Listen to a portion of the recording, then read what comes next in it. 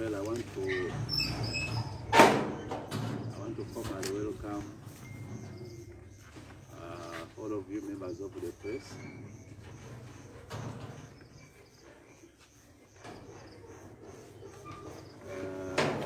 Today, the 9th of October 2020, as I formally respond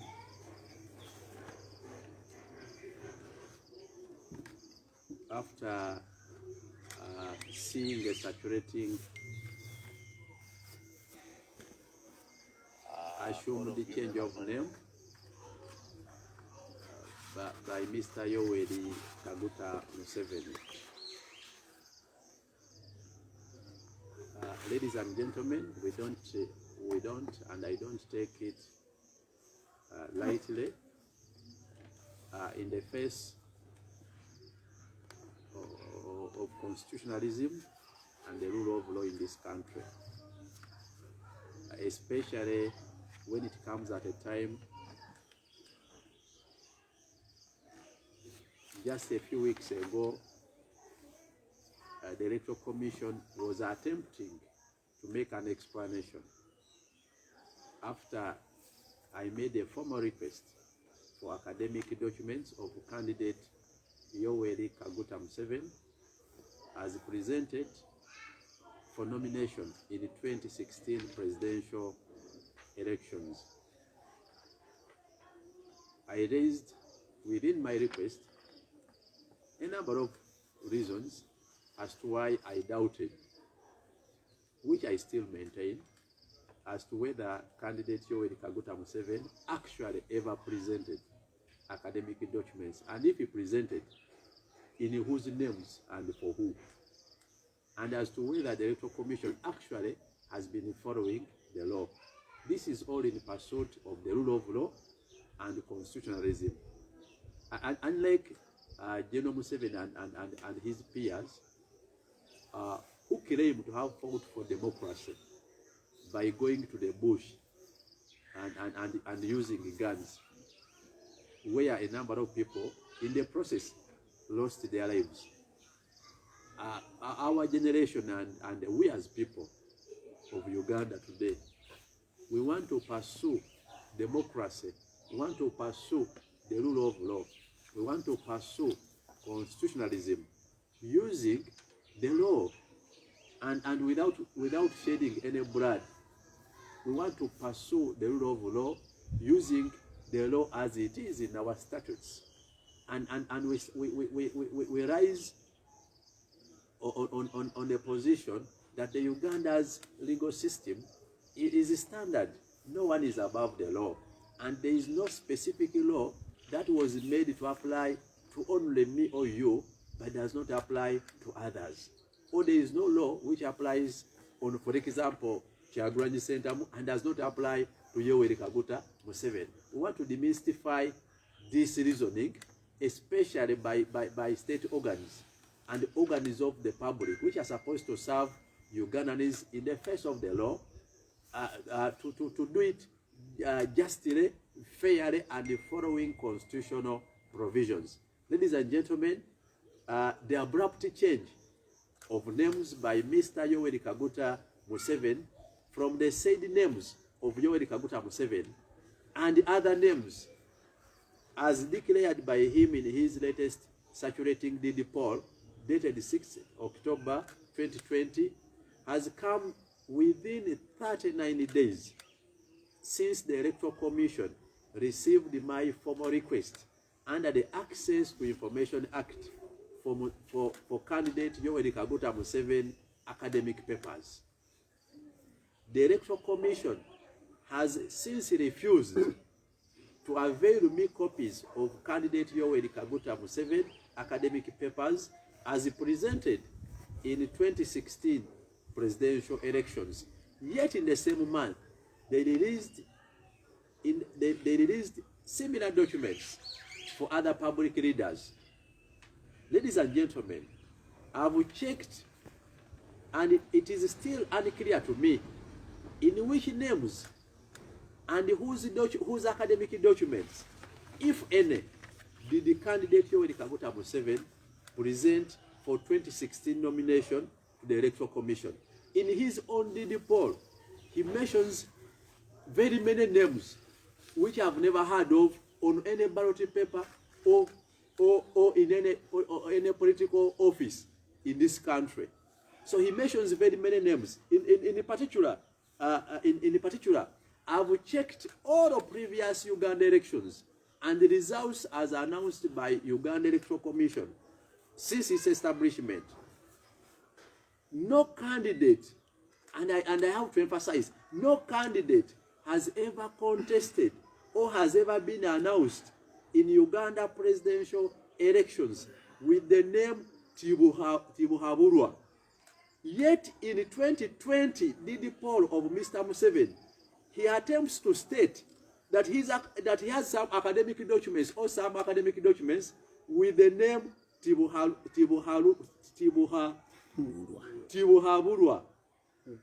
Now, the law in Uganda, as I know it, has been standard that you can never and you cannot purport to change the name without a DD poll. The DD poll of Yoweri Kaguta Museveni has come in October 2020. If in any way he presented documents in different names,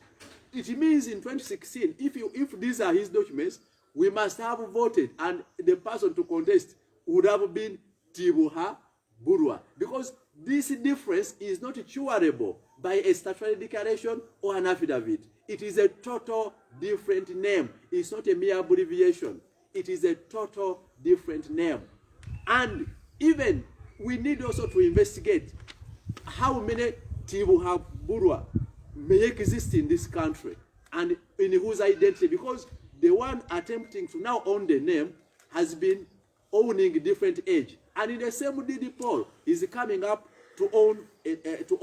an age probably presented by this particular person. Maybe they are the same, maybe they are different. But the standard of the law is now which documents were presented to the Electoral Commission. How could they now nominate a different person if presented with the different documents? Under which law and using which procedure? These are questions now rising up from the saturating DD poll of Yoweri Kaguta Museveni as claimed to be a change of name and as gazetted in the Uganda Gazette. The alleged change of name is dated October 2020, which is 35 years later. How then did the Electoral Commission claim?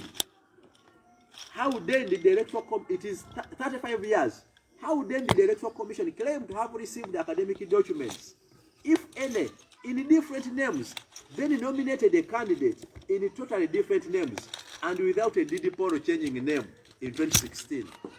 Further still, why would a president of around 35 years in power innocently rush to change names and introduce a totally new name in his old age within 39 days after my request for academic papers from the Electoral Commission? I want to repeat the narrative. Why would a president who has been in power for 35 years rush in the 39 days after I requested academic papers from the Electoral Commission to change his names in his old age? As we pursue the rule of law and constitutionalism, these latest developments have caught our attention and generated multiple legal questions, which we shall diligently pursue. It's a calling to all of us as people to defend the rule of law. The discriminatory conduct of the electoral body cast doubt on their independence, and it's a calling for us all to push for equal treatment before the law, because the Electoral Commission, chaired by Justice Byabakama, is apparently and obviously showing bias and discrimination in the way they are attending to us as the public and us as the people. Yet they are a commission which is presumed to be independent and to act independent. I asked for academic documents of Yoweri Kaguta Museveni. They have refused up till today. Instead, they have chose to only defend that he studied with no school mentioned, or no class mentioned, or no year mentioned. For when there was a Ugandan who requested, for example, for documents of candidate Robert Kyagulanyi Ssentamu, the MP of Kyadondo East, the Electoral Commission did not write a letter explaining that they verified his papers and he's educated. They just released the copies to that Ugandan. Why did they refuse to release to me documents of Yoweri Kaguta Museveni, and I interpret for myself, or I consult where I know? That is discrimination. Justice Byabakama, I challenge you. Come out to the public and explain your stance. What is your interest in our pursuit for democracy? Why are you blocking our pursuit for democracy? Yet you are a judge and a lawyer. This is discrimination. I'm raising it to you as Byabakama. Come out and clear your name. Come out and clear the face of the Electoral Commission. Be seen to be fair and just. Avail me copies of academic documents of Yoweri Kaguta Museveni. This change of name does not in any way change my stand or our pursuit for the rule of law. I'm asking for documents of Yoweri Kaguta Museveni, who was nominated by the Electoral Commission and who was announced as a winner by the Electoral Commission. Not this Tibuhaburwa, who I don't know. This one, who Tibuhaburwa. And this Tibuhaburwa, the change of name, is coming in October 2020. My request is some time ago, and even your pronouncement on him is in 2016. So it does not affect my position. So, Justice Byabakama, this change of name, I don't expect documents in this name. I expect documents in Yoweri Kaguta Museveni, not documents in Tibuhaburwa, because he has never been announced by the Electoral Commission as a president and has never stood as a president, because his DD poll has come in October 2020. It means he has changed names in October 2020. He cannot have existed in 2016 or any time before. So, Byabakama, I need documents for Yoweri Kaguta Museveni, not Tibuhaburwa, because he was not there in 2016 when you nominated and announced results in Yoweri Kaguta Museveni. I'm using legal positions and legal ground. I challenge Byabakama to innovate any law that existed and allowed him to nominate a candidate, if any, in different names, and announce him in different names. That will be a very dangerous precedent, a very dangerous development, and a big challenge to the rule of law. What we are raising are matters of law and matters of procedure. The rule of law is not a reserve to any organ. It is a calling on all the Ugandans to defend the rule of law, democracy, and constitutionalism, to which I stand to defend, of course, as a lawyer, as a Ugandan, and as a registered voter in the Republic of Uganda. Ladies and gentlemen, my formal request under the Access to Information Act, addressed to the Electoral Commission for copies of academic documents of candidate Yoweri Kaguta Museveni as presented in 2016 still stands, and I'm still expecting the same. I want to repeat and reiterate the response by Byabakama, which he claimed does not follow within the Access to Information Act, and my request still stands. Our pursuit for democracy and the rule of law shall remain standing, and we still insist this is a calling on all of us as Ugandans. We must not be led by people who are unknown. We must be led by people who are known, with clear names and clear identity. The one who was announced is Yoweri Kaguta Museveni, not Tibuhaburwa. So I'm expecting the Electoral Commission to avail me copies of Yoweri Kaguta Museveni as nominated in 2016. I thank you. Uganda.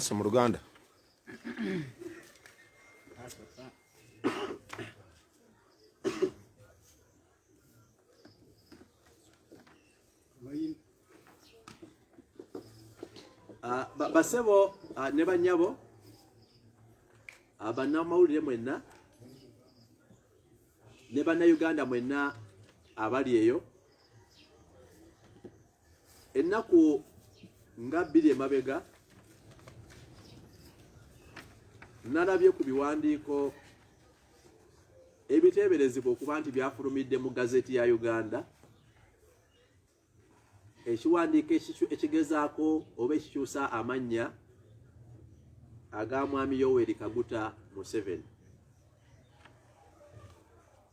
Mu mateeka omuntu yenna wa ddembe okukyusa amannya, naye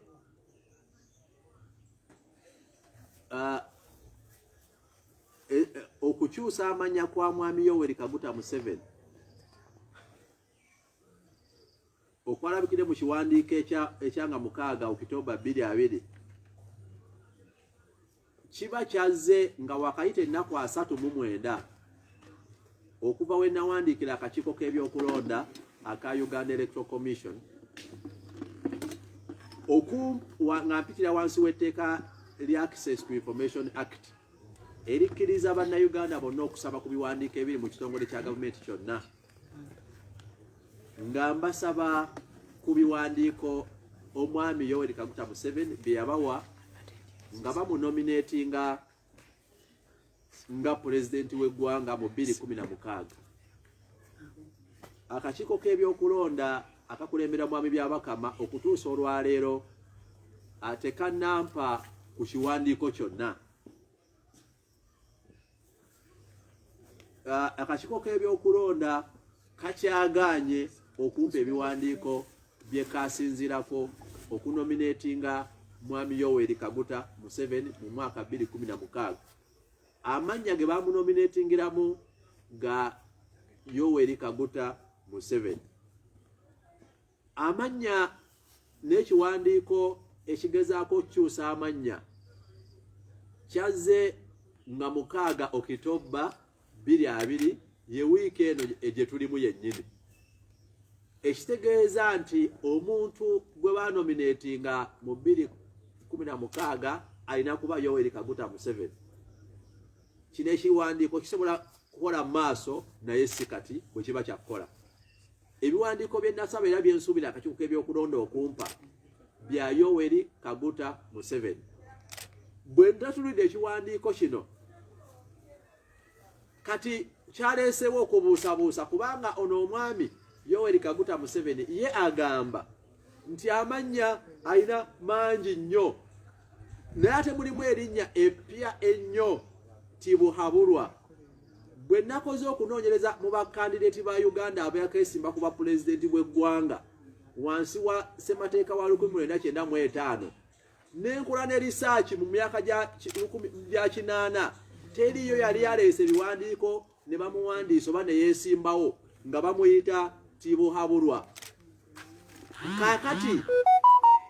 ono okuvaayo mu kirayiro kye n'agamba nti waliwo ebiwandiiko ebiri mu mannya ago na biki, ng'ate ekiwandiiko ekikyusa amannya kya mwaka 2020 kitegeeza mu mateeka ekyo kirowoozo kya kaakati tekisobola kukola mabega, wabula ate kirimu amannya mangi.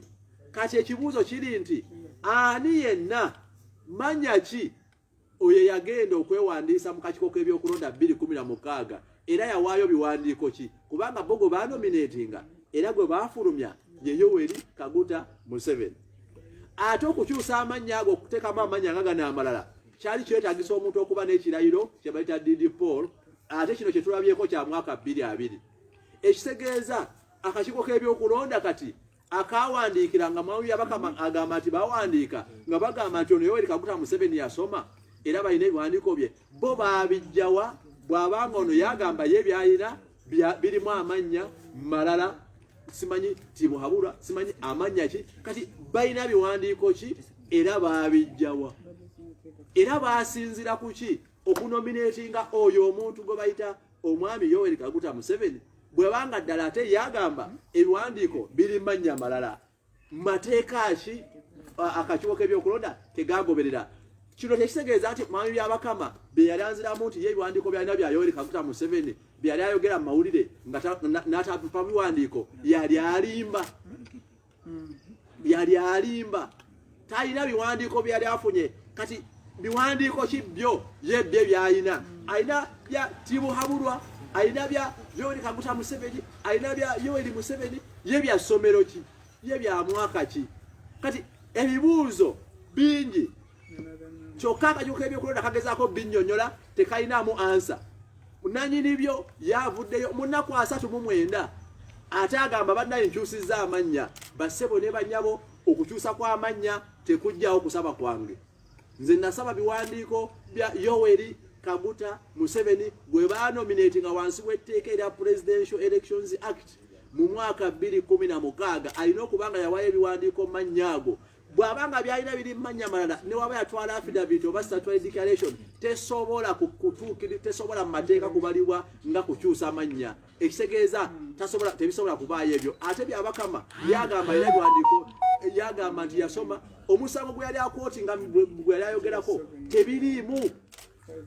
tebiriimu mu nnaku 39 nga nze nkyabanja biwandiiko. Ate nannyini byo ali mu kukyusa amannya ate byataddemu mu kukyusa amannya ayogera bingi ayogera amannya ayogera nti buli kiwandiiko kiri mannya oba malala. Kakati naye ne ŋŋamba waayi katunoonyereze nkoze research okuva mu mwaka gw'ekinaana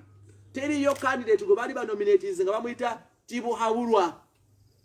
ne wansi wa ssemateeka wa 1995 okuva we twatandika okulonda mu gino emyaka 35 teriyo candidate gwe baali banominations nga bamuyita Tibuhaburwa. Kyokka Tibuhaburwa akyusa amannya kati yagamba abaddewo kati ani gwe bandibadde banominatinga mu 2016 kubanga eggwanga Uganda linafugibwa ku musingi ogw'amateeka ate akakiiko k'ebyokulonda kasuubirwa okubanga keetengeredde. Kakati kalaze obulyaza amanya n'obuteetengerera kubanga nze bwe nakasaba ebiwandiiko bya Mwami Yoweri Kaguta Museveni kati ndi mu nnaku 39 ndowooza ziweze 8 oba 41. Akakiiko k'ebyokulonda tekampanga wadde kopi n'egyo ey'ebiwandiiko. Kyokka mu mwezi gwe gumu bwe bakasaba ebiwandiiko by'abakulembeze abalala nga Mwami Kyagulanyi babiwaayo nga tebannyonnyodde n'abisabye nti owaayo gwosabyeko yasoma twamunominatinga. Nze bagezaako kugamba nti manyinyonnyole njagala kwebuuliza abaloya benneesiga oba nange nzivunule kuba manyimu ku Luzungu olusobola okubivunula bibanga bya Luzungu. Bwe bibanga bya Luswayiri nja kunoonya translator anzivunulire. Ate njagala bagamba nti ebiwandiiko tebiswaza n'oba wakola mukyaka oba n'ogenda n'odduka misinde mu magye ne bakuwa ekiwandiiko bw'okyeta mu National Council n'egamba wasoma oba wasoma bampe ku biriyo bwe banga gyebiri. Bassebo ne bannyabo nti okukyusa amannya okukolebwa Mwami Museveni kuzze emyaka 35 ng'ali mu ntebe. Kakati akakiiko k'ebyokulonda kaba kaafuna biwandiiko byani bw'abanga yina nnyini byo agamba nti bye byayina biri mannya mangi siri Musa abiri wabula biri mannya ki mangi gayogerako. Ekyokulala lwaki mulowooza nti president abadde mbuyinza emyaka 35 ayinza okudduka sipiidi n'akyusa amannya mu nnaku 39 nga twakamusaba nga twakasaba akakiiko k'ebyokulonda ebiwandiiko. Kyokka mu myaka gye egy'obukadde si kya bulijjo abasajja abakadde n'abakyala abakadde ogamba nti akyusa amannya kubanga omuntu ayinza otuuka okufa nga n'abazzukulu bamanyi jjajja yali mulala ng'ate bo balowooza jjajja afudde mulala. Kati omuntu okudduka n'akyusa amannya mu bukadde bwe si kya bulijjo bannange. Ate ne bugattako kuba nti kikolebwa ng'ennaku 39 nga tukyawera ennembala kakiiko kabyakulonda katuwa ebiwandiiko. Kati Mwami Byabakama muntu ki gwe yadifendinga kati okukyusa amannya tekibatolosa mu bwetaavu okuba nti balina otuwa ku biwandiiko ebyo wansi w'amateeka. Ate ebiwandiiko byensaba bya Yoweri Kaguta Museveni ono Tibuhaburwa simumanyi nange namusomye ebiwandiiko ebya Okitoba 2020 kubanga simulabako kakiiko kabyakulonda nga kamulangiridde oba mu Uganda wantu wonna ng'ayogerwako. So ekikulu kiri nti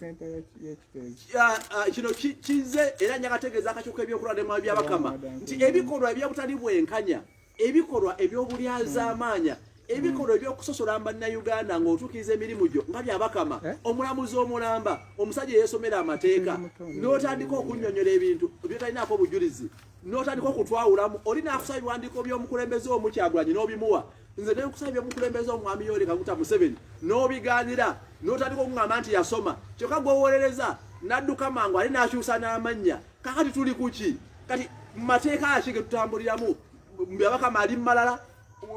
Yoweri Kaguta Museveni ali malala kati nange mbasabidde mugalikiriya gana amateeka gayisibwa nga Museveni ye president yagateekako omukono okutandika okukola ekitegeeza nze ndi waddembo gakozesa newe manga nsaba bibye so ebigenda maaso mu ggwanga eriffe bannansi obuvunanyizibwa buli eriffe okulwanirira kye bayita enfuga ey'amateeka okulwanirira demokrasiya n'okulwanirira obwenkanya naddala mu bitongole bya gavumenti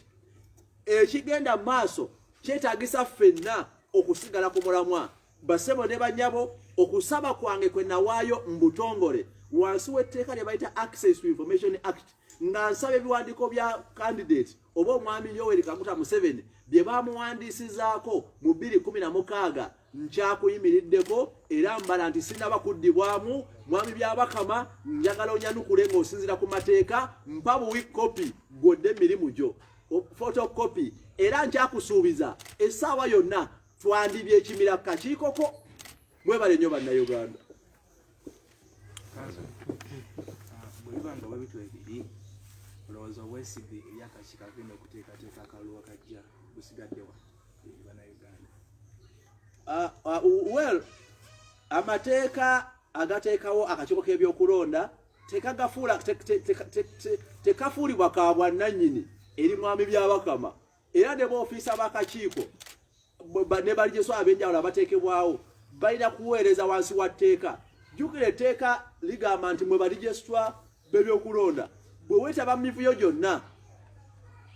nawe kennyini osobola owawaabirwa ng'omuntu si luli bye twawabirangamu akakiiko konna so obuvunaanyizibwa buli ofiisi beyala bugazi okusinga ate buli obukadde kuba ennongoleseza mu tteeka yakolebwa paalamenti ababaka abasingayo BNRM eyateekako omukono mwami Museveni tugenda beevunaanyira mmwe ng'abakakiiko sekinnoomu kubanga obuvunanyizibwa bwina so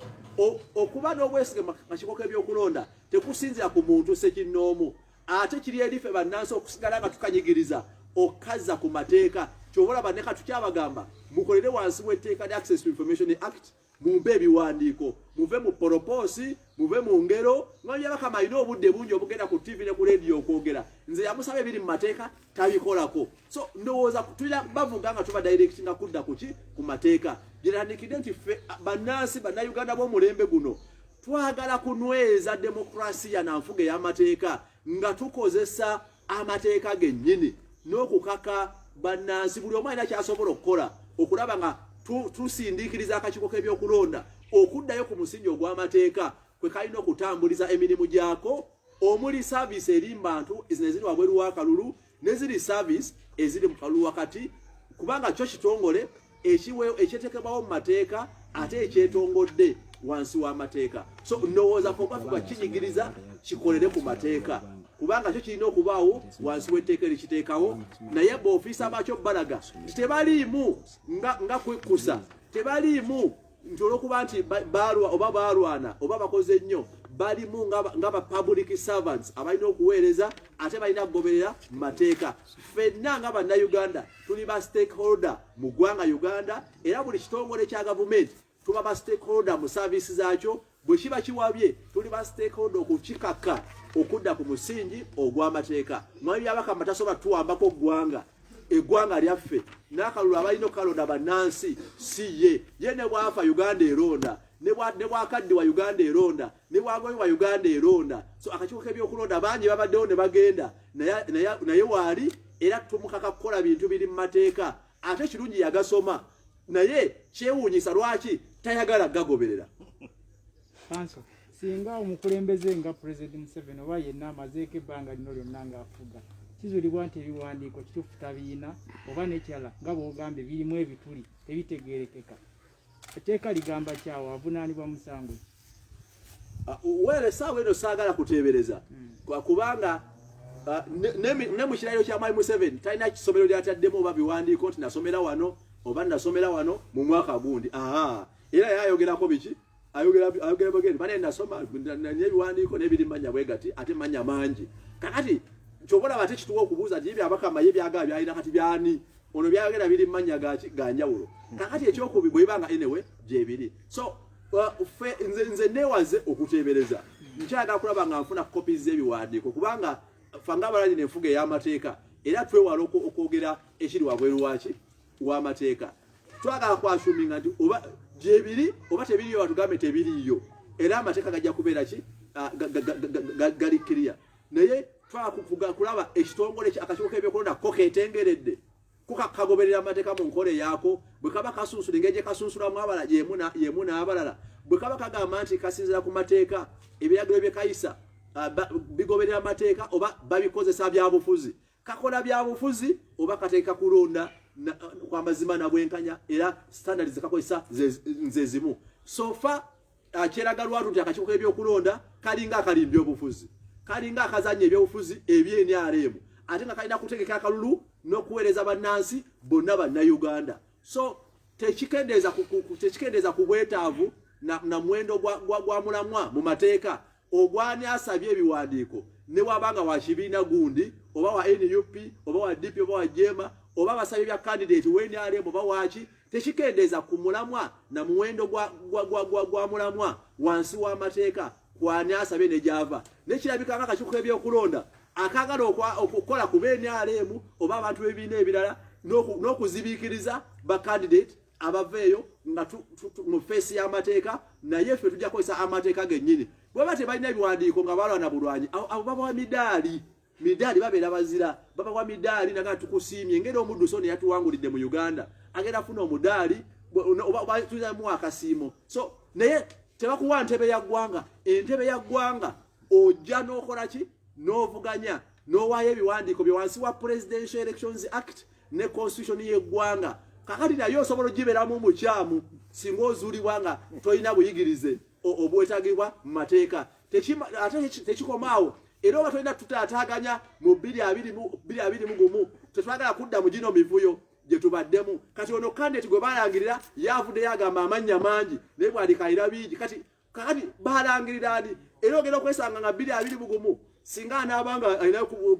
bamugize ng'ate amannya amalala kati Uganda etambula mu zigizaga ne mulembe guno ogwaffe ogw'abantu abaagala okulwanira democracy nga tukozesa amateeka tugenda kulemerako okulaba nga tuwanika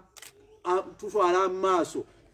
okulwanira enfuga ey'amateeka omutali kuyiwa musaayi omutali kumenya bannansi tulowooza nti bannayuganda bangi abalina obusobozi n'ebiwandiiko ebirikirya for example ebirikirya abasobola okulembera eggwanga uno ngadde ebbali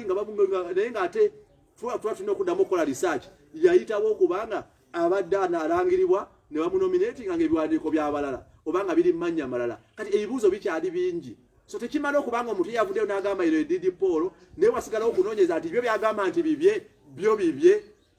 bwe ibanga gyebiri kuba ekirungi yabitaddeko twalinoonyerezaako nga bwe nabagamba luli nti akakiiko k'ebyokulonda ne bakagamba nti oba yasoma kale kampeyo essomero n'omwaka ŋŋendeyo mbuuzeeyo kuba newogagenda mu UNEB simanyi mannya ki kati wuuno n'amanya aleese mangi kati oba kati amanya aleese mangi amanya gali nkumuliitu kati buli linnya lyasoma mu ssomero ki so ebibuuzo biki bingi soza kati lino erinnya lyasoma eno lino erinnya lyasoma eno kati nago tetumanyi kuba tegaliko mwaka na ssomero ki tolina wakubuuza walala okujjako akakiiko k'ebyokulonda kampe bo ku bye yakawa kubanga yeoka gye yali abitutte bw'abanga yabitwalayo basebo ne bannyabo tuli mu nfuga y'amateeka era tulowooza nti eggwanga tusobola tulwanirira notuliza ku musingi ogw'amateeka amateeka g'enkozesa ne constitution byayisibwa nga Mwai Museveni ye president talina kwekwasa tebinyigiriza ye nga muntu wadde ab'ekibiina kye eno nfuga y'amateeka sinze nagayisa si bannayuganda bye bagayisa paalamenti ya Uganda n'asembule balina eddembe okugamba nti mukulembeze abeerako ng'alwanye bulwanyi naye baateekamu omukulembeze alina kuba na sinya ey'okuna n'ey'omukaaga bampeeko kopi nsobole okwekkaanya mwebale nnyo bwe banakuwa ebiwandiiko bya Museveni nga kuliko erinnya limupya onoobikkirizaamu n'ekirala ebiwandiiko by'osaba bya 2016 kiba kitegeeza nti erinnya teryaliko kumanya byawaayo olina enteekateeka ya ultimatum gy'owakakiiko ak'ebyokulonda kalemereddwa olinawo enteekateeka z'okuddukira mu kkooti era ogenda mu kkooti za wano oba ogenda mu East well ffe tetwagala kulabula kakiiko nteekateeka wabula tubasomera buwaayiro obulambulukufu obuli mu mateeka tetubasabye nti era okusaba kwange si kwa munyambe wabula mutuukirize obuvunaanyizibwa bwammwe obuli mu mateeka kugaya amateeka mu Uganda mwegali tegasosola gali clear teri ali waggulu w'amateeka ate buli candidate obagenda omunominatinga eri bannayuganda abalowooza waba bizobuuza nti lwaki obuuza ebiwandiiko bya president aliko basebo ne banyabo nasaba ebiwandiiko bya candidate Yoweri Kaguta Museveni omuntu yenna wagenda okwesimbawo afuuka candidate neobanga gwobaddeko era obiwaayo nga candidate bakusunsule era obeera bubezi nominated Uganda teri mugamba nti toverlappinga nti nga bwe mbaddeko nzirako buzzi era tekiri obvious nti abaddeko ya abadde n'ebisaanyizo waliwo ababa basomoka ababa batoloka akasengejja k'amateeka nga tewali yakuba mu ttooki kakati akaseera k'okuba mu ttooki kazze kati so waweerayo ababa basomokaawo ne bagenda nga tebakoze ekyo ekyokubiri kituyamba okutunulira abaffe ebitongole byaffe biri independent kye bayita independence ya buli kitongole nga bwe kisuubirwa ako nako kaminzaani akapima so singa kisangibwa nga oyinza okwesanga ng'ebitongole nebaga tusobola nga tukyali mbuwambe ng'omusajja akube emmundu ye n'awamba n'ateekayo ebitongole n'amateeka naye nga tukyali mbuwambe nga tulina kulwala kulaba ng'ebitongole tubiddiza amateeka obuyinza bwabyo wansi w'amateeka ate bannansi mukisobola kubanga Uganda ssemateeka agamba all power belong to the people teriyo power belonging awabya bakama oba wa Mwai Museveni all power belong to the people era balina je exercisinga nga bafollowinga semateeka era semateeka agamba nti bwe musanga nga semateeka asoomozebwa mulina oluvunanyizibwa mwenga bannansi okulwanirira semateeka okulaba nga adde engulu era nga akozesebwa so obulazi okulwanirira semateeka nze mbagambire gana amateeka bwe gaali gayisibwa mu parliament tebateekako kagambo kagamba nti bannange temugakozesanga ku Mwai Museveni amateeka gayisibwa nga gaffenna era bwe bagamba nti kufuna ndaga muntu n'agenda naye kubya bifaananyi nti nze nsooso funa nti neewandiisiza that is etteeka ly'okwewandiisa bwe lyajja so buli tteeka lyonna mu Uganda era naye tasobola agamba nti atambula butambuzi nga talina passport naye asooka funa ki amateeka gali standard bwogenda mu Presidential Elections Act ekisanja kiba kya myaka 5 buli wegiggwako oddayo ku zero kyovulaba omuntu otumala okulonda buli muntu awangudde alayizibwa bupya so tebirimu bya inkambe tebirimu byaki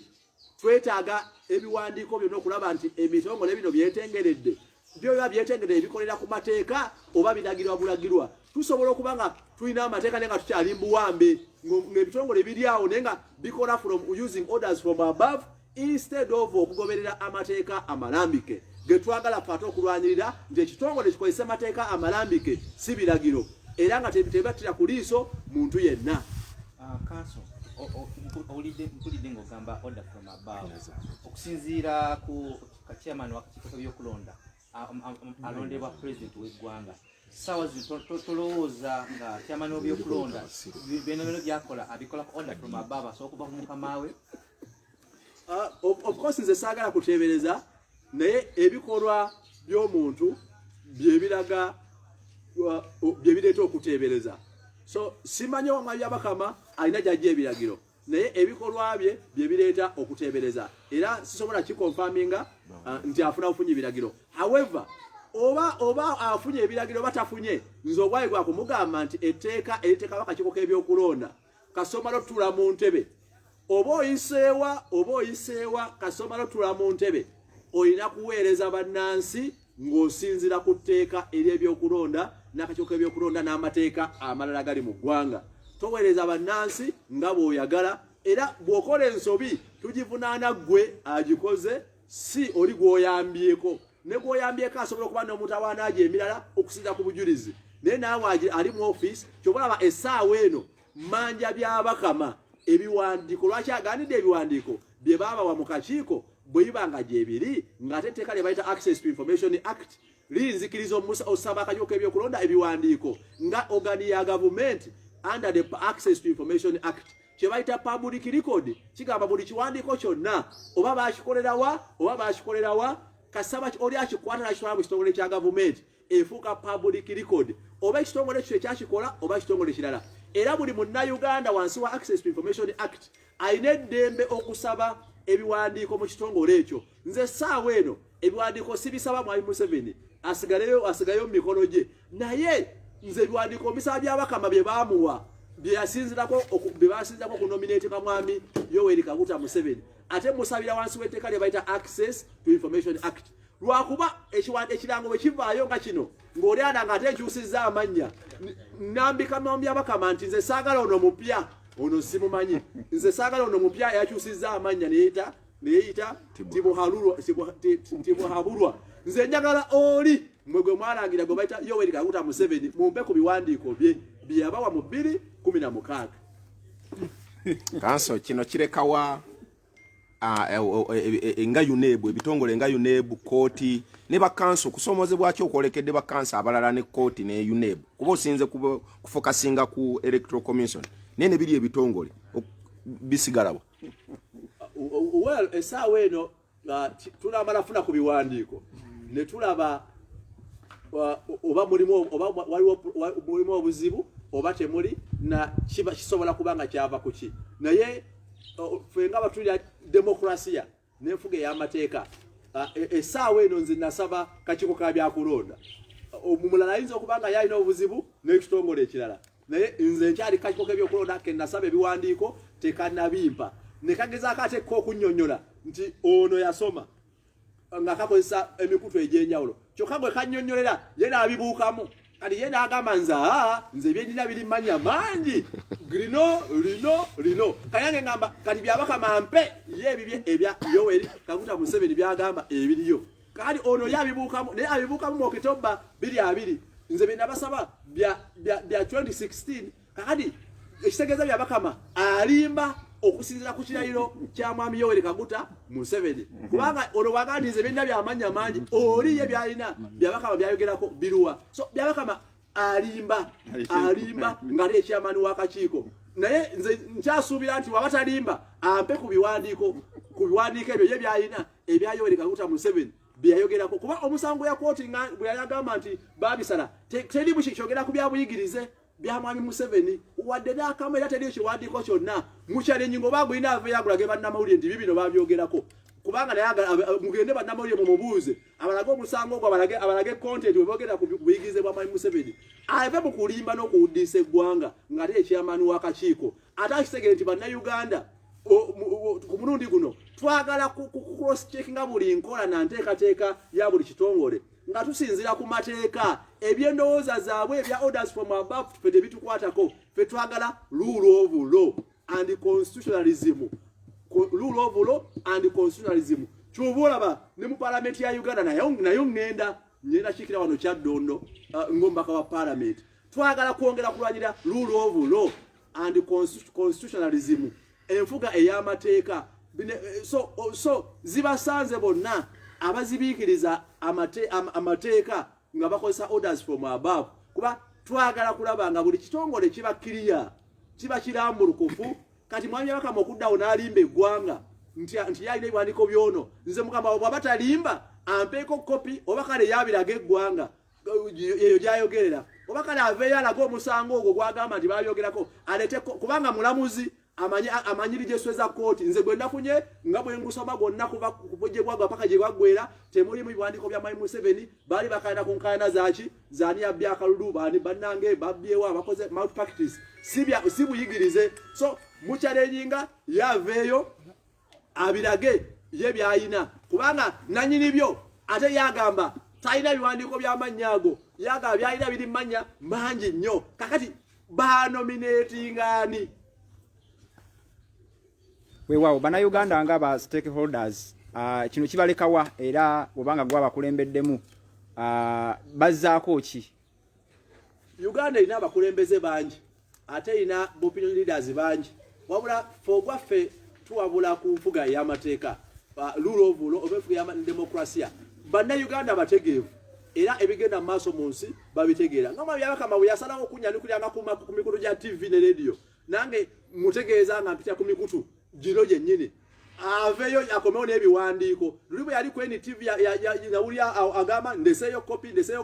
mwami Byabakama kyeyerabira kopi teweerabye ne results nga ogenze uze kulangirira byakulonda so mwami Byabakama aleme tuwuddisa bannayuganda tukola kitutegeera namulaba ku NTV agamba simanyi kale kopi yange ngireseeyo kati mwami Byabakama agamba atya nti ebiwandiiko abyerabira so oluusi ayogera byatalifalinzeeko naye tumugamba nti ekitongole kyalimu kyankizo nnyo eri enfuga ey'amateeka eri demokrasiya eri future y'eggwanga Uganda alina kubanga yeetengeredde ate alina okuba nga ali organized buli wavaayo kubanga alina kyayanukula. Nze namusaba wansi wa Access to Information Act agitegeera bulungi ne regulations ebbaluwa gye nateekako n'ensonga ze nawa ziri optional wabula nateekako foomu esooka n'enjijuza nembalagira ne fayiro kyagamba fayiro yamubula bwabanga fayiro yamubula mwe yanominatingira Yoweri Kaguta Museveni 2016 kyagamba fayiro yamubula nga yasobola okufuna eyakyagulanyi ku speed mu nnaku 3 nze kati mu mwezi nebanga ekyamubuze gya nominatingako Mwai Museveni kati so byabakama either alimba oba just mutitizi bwaba mutitizi kala mpita abindageko mukama nze nabulira abantu akanso kati tugeze kulaba boteka yokwemulugunya okusaba kyamana katika byokulonda biwandiko bya Yoweri Museveni bayisenda ku asatu mwenda sigeze na kwa 21 president okwewanisa wa president kutandike kikicho zako obanga kulaba ne basiza wikisatuka okwewanisa kutandike well tusobola ate kubalabula naye kiri eri kikachiko kabya kulonda na buli gwe kikwatako okutwanukula ekyokubiri tetugenda kugenda ku pensi yaabwe fe pensi yafe petugisetinga era ne answer zetusuubira zeze ziri mu mateeka bw'olwanirira enfuga y'amateeka answer z'osuubira era oba ozimanyi mu mateeka so ndowooza bo kye mbasuubiramu is compliance ate wali tugenze mu nnaku 3 nendoza mulabye nga batandise okupakuka kati wala bakyusa amannya kati bakola ki kati byonna bigenda mu maaso kasukali keeko naye tukyayongeramu kubanga twagala Uganda ogiza ku musingi ogw'amateeka. Beyaka maizo gamba bili kuyangwa agasi yaliwo byetagisa mu kigundu okudda kasito odda mu ntebe y'ebyokulonda goba obuvunanyizibwa ku byonna ekyokubiri eyanyanukudde nga agamba abirina si yekigundu ye byabakama so waliwo no byabakama akimanya abirina era yabikwesi alina okutuwa kopi webanga gyebiri wow Ozinga balina kirala kye bakwagaza. mpozi kanso bannakyadondo bo tobasiibudde bannakyadondo mwada nkunyingi oba nkunyingi mwada 2021 nzijjamu mbaka wa muwa parliament okuddira mbigere ebya Honorable Robert Kyagulanyi Ssentamu akabonero manvuuli 2021 Kyadondo East munda biranga ddala twagala otwala mu maaso olutalo lw'okununula eggwanga n'okuzza Uganda ku musingi ogwa demokrasiya. Wewa tweyanza genaffe yakyekumidde ku Kyoto TV live YouTube Kyoto International Facebook okusigala mufolowinga yabadde kanso muwada nkunyingi ng'atwala mu nsonga z'empapula za Museveni oba yeye setu smart yosi so ati amanyi yangaabo waliwo yozeri so ensonga zino ziri mu kudemanding wakulabanga zivaayo zibenga zitegerekeka munafa tweyunzeeko yakatuyinga kuba nafa ali ku Kyoto International etwebaza nnyo okwekumirako nawe kino eno task ejyoligwe muna Uganda task ejyoligwe muna Uganda okulabanga nawe oteka etafali ku kudemandinga empapula za Mwami Museveni kubanga kansa tutegereza nti kirabika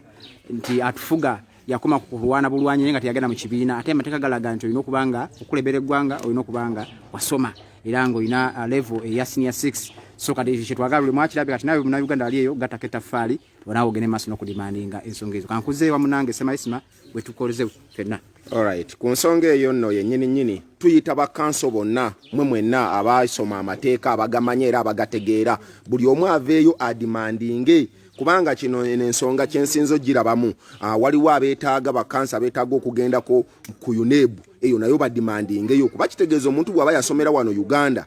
kitegeeza UNEB eba emuvunaanyizibwako kyenkanyi twagala tumanye UNEB yasomera wa UNEB erina mpapula z'amasomero kige gye yasomera eyo nno nsonga n'olwekyo tuyita bakanso bonna mu ggwanga bajje beegatte ku nsonga eno amateeka kooti wadde zaabwe naye ku luno zirina okuactinga zirina okukola nga bwe ziteekeddwa okukola buli kimu twagala balooya mwenna tubasaba mwenna muveeyo. So n'ensonga eyo ono ye kyemba mumanya nti no si munnayuganda aliwo okutudongowaza na kutufera wabula akazito eryokanga Honorable Kyagulanyi Ssentamu Robert alokanga najja mugenda kuwulira bano babadde bamuzanyisa bonna ababaddengawo ebbanga lino lyonna. N'olw'ensonga eyo katusabe tubasiibulire wano mwongere okusaba empapula. Kozesa emitimbagano mwabali ku Twitter musabe empapula za Yoweri Kaguta Museveni. Mwe abali ku Twitter namwe mukikole. Buli wamu woolaga kikole saba empapula za Yoweri Kaguta Museveni. Buli kimu kere ya Uganda webale nnyo okwekuumira ku kyoto. Oli number 1 fan buli lunaku. So n'olw'ensonga eyo tubasaba mu subscribing YouTube channel y'Ekyoto Ekyoto TV. Yes, mu subscribing ku YouTube Ekyoto TV. Era tubadde live to streaming live. So gwe ayagala okulaba ekifaananyi ekisingira ddala okuba eky'omulembe ekitamanyi media house ezawane Uganda, genda ku Ekyoto TV ojja kuba olaba ekifaananyi kiri kiriya ne sound eri kiriya. Subscribinga bwe bakusaba okusayininga in sayininga osobola okubeera member w'Ekyoto TV era nga notification ozifuna mu bujjuvu. Tu streaminga live buli lunaku era tuli live ku Ekyoto TV. So musabe empapula ate kanso bonna abalala bonna ekyo nkyesibako bakanso bonna abalala bagende basabe obuzaale bwe. Tetugenda kubeera ku kyampapula n'abalala basabe obuzaale bwe. N'empapula za mukyala we tuzaagala, n'obuzaale bwa mukyala we tubwagala, ne ba minisita abasinga obungi tebalina mpapula. Buli kanso azoganyeyo omu agende ateeka omu nabo nga olaba batawaanya Honorable Kyagulanyi Ssentamu Robert mu bisango sange ebitaliiyo. Bamuzzeeno ono amuwabira kino ono amuwabira kiri. Nammwe bakanso mwenna bwe mubanga ddala muli bannayuganda mugende eyo buli omu asabe empapula za buli omu. Ekyo nkibasaba bakanso mwenna we mubanga kwe muli. Omu agenda adimandinga eza mukyala we, omu adimandinga obuzaale bwe, omu adimandinga eza baminisita be. So mu nsonga ezo zonna Mebale nnyo ebali tuta. Okay, kamba sibulirawo Mutebi Robert omuvuma ne birth certificate byonna tujja kumusaba ne katismasiya oba empapula zeba kalisi mulokole ate ne mulokole avaamu yalikukwako Ismail Kasozi Tibuhabulwa oba kitegeeza ki muganda wange olwo Lunyarwanda munoonya Abanyarwanda batuvunulira erinnya eryo kubanga ono ye tukimanyisi Munnayuganda ekyo tukiteekako n'essira bw'aba Munnayuganda aveeyo atulaga obuzaale bwe bwonna abunnyonnyole bulungi ne bajjajjaabe nga naffe bwe tusobola okunnyonnyola abaffe. So kambasibulire wano mbasaba kimu mu subscribing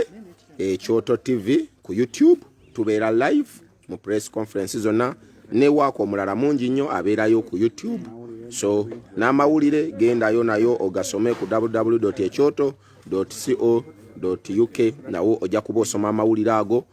ku website eyo. Katubayerekereze mubeere bulungi mweraba. Amina.